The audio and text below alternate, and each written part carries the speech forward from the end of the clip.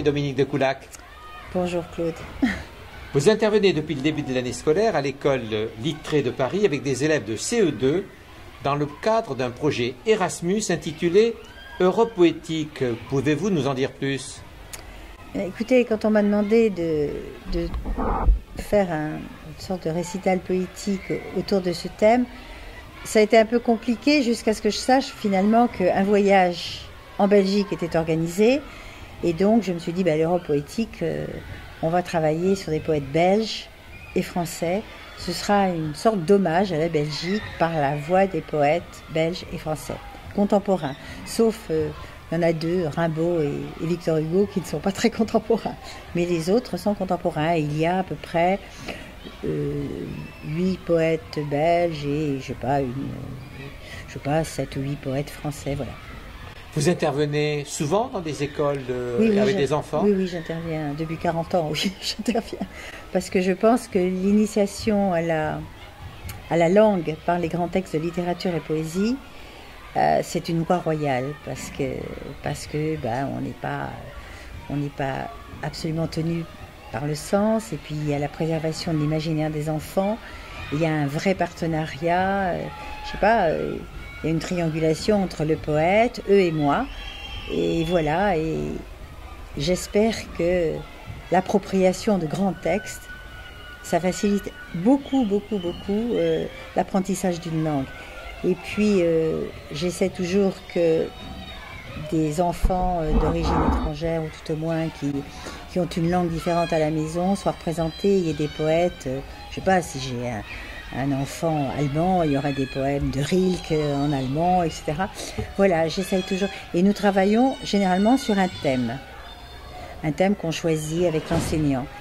Et alors, ma prédilection pour les enfants de CE1 à CE2, c'est après une longue expérience, parce que vraiment c'est un moment où ils ont d'abord l'acquisition de la lecture, en principe, et puis ils sont absolument encore dans l'amour des mots, dans la curiosité, ils ne sont pas encombrés d'abord par des nécessités absolues scolaires, des automatismes scolaires qu'il faut absolument acquérir, ce qui commence en CM1, CM2, 6e, et puis ils ont cette fraîcheur, cette spontanéité, puis cet amour des mots, il n'y a aucun doute, et moi je suis toujours éblouie par eux.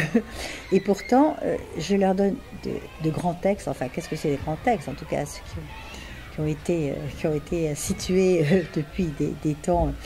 Parce que finalement, et quand les textes sont moins forts, sont moins... Eh bien, ils les prennent, mais comme des comptines un petit peu.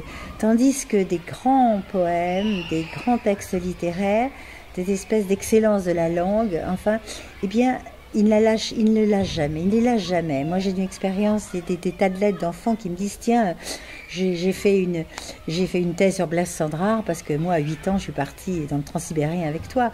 Et je crois que c'est une expérience extrêmement formatrice et puis qui préserve le rêve, qui préserve, comme dit Rilke qui a fait un poème là-dessus, et Didier aux éducateurs, ça préserve l'imaginaire. Et cet état d'enfance qui évite les malheurs du monde. J'ai envie parfois que tout se fige en moi jusqu'aux vagues de la surface. Enfouissons-nous,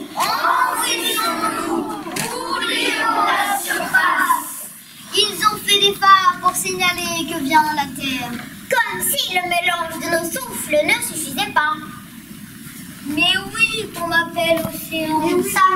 Ça me grandit jusqu'à moi-même. Tout lasse, n'est-ce pas? Sauf moi. Ce qui m'a fait trembler, ce n'est pas la tempête. Elle ne concerne guère que ma surface. Je tremble de savoir que je vais durer alors que sur les terres autour de moi, tous les grandis demeurent, même le rocher. Je ne cache pas que j'ai plaisir à me sentir envahi, pénétré par les eaux des fleuves. Et c'est quoi la poésie alors pour vous? Ah, pour moi la poésie, c'est la poésie. C'est surtout, ce qui est important, c'est vivre en poésie. C'est-à-dire être toujours dans l'épopée du réel, dans il commence à dire, c'est Guilvy qui disait ça, le poète Guilvy, il disait, si un jour tu vois qu'une pierre te sourit, iras-tu le dire? C'est-à-dire qu'on soit toujours libre de dire à quel âge, ouais, qu'on soit toujours libre de dire qu'une pierre vous a souri, ou de le taire d'ailleurs, mais qu'il y ait cette possibilité de garder en soi la richesse de l'imaginaire, l'imagination. Qu'on soit scientifique, qu'on soit littéraire, ça n'a aucune importance. L'homme ne vit pas que de pain, et voilà. Et quand on me demande quelquefois, mais comment choisissez-vous les poèmes? Oui. D'abord, je voudrais qu'ils pensent à plusieurs niveaux. Je voudrais qu'il y ait des poèmes d'humour, des poèmes, je sais pas, complètement surréalistes, des poèmes au contraire très proches du quotidien. Mais vous voyez, quand j'avais, je crois que j'avais 14 ans, un jour, j'ai eu le privilège de connaître la nièce du général de Gaulle, Geneviève de Gaulle, qui racontait que lorsqu'elle était à Ravensbrück, dans ce terrible camp nazi, le matin, à l'aube, dans le froid, dans la faim, il y avait l'appel, ce fameux appel, et elle avait repéré une jeune fille qui récitait des vers de Valéry, et elle s'approchait toujours d'elle, et elle a dit cette phrase qui m'a tellement suivie toute ma vie, ça m'a aidée à tenir debout. Eh bien moi, j'essaye toujours au moins, enfin, la plupart du temps, de leur donner des textes qui vont les aider à tenir debout dans les moments où ils seront très heureux ou très malheureux. Mais alors, la poésie ne nécessite pas véritablement toujours de théâtralisation. J'essaye, en tout cas moi, non seulement qu'il la vive, mais qu'il l'absorbe, qu'il soit vraiment imprégné, vous voyez, et que ça ne soit pas simplement une musique ou un moment, mais que ce soit véritablement en eux, profondément ancré en eux. Voilà. On se rend pas compte tellement on se sent bercé par... Vous êtes bercé par la poésie, c'est ça? Et puis, on s'est beaucoup entraîné, donc au début c'était un peu dur, mais après on s'est habitué à dire les poèmes, à faire des gestes. En fait, surtout vraiment à vivre la poésie. Oui, voilà. Vous vivez la poésie. Vraiment, à vraiment être dans la poésie, vraiment. Alors vous êtes rentré dedans. Oui, exactement. Et comment vous faites pour rentrer dedans? On essaie de rentrer dans le haut de poésie.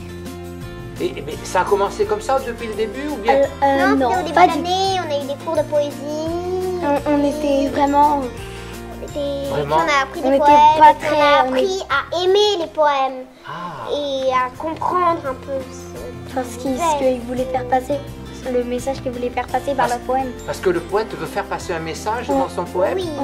Parce que en fait, quand il parle, on a l'impression qu'il raconte sa vie, alors que par exemple, il peut raconter l'histoire d'un chapeauté, mais c'est son histoire. Donc, oui, il raconte quelque chose dans le poème. Et alors, quand tu es dans la poésie, tu vis ce que le poète a écrit? En fait, on essaie de vivre pour que quand on récite, eh bien, c'est comme si nous on l'avait écrit, c'est comme si on parlait à notre maman quand on lui a raconté la journée. Vivre en poésie, vivre dans cette espèce d'épopée du réel, je ne sais pas, ça vous sauve de quantité de choses. Merci beaucoup, Marie-Dominique. Je vous en prie, c'est moi qui étais heureuse de vous rencontrer.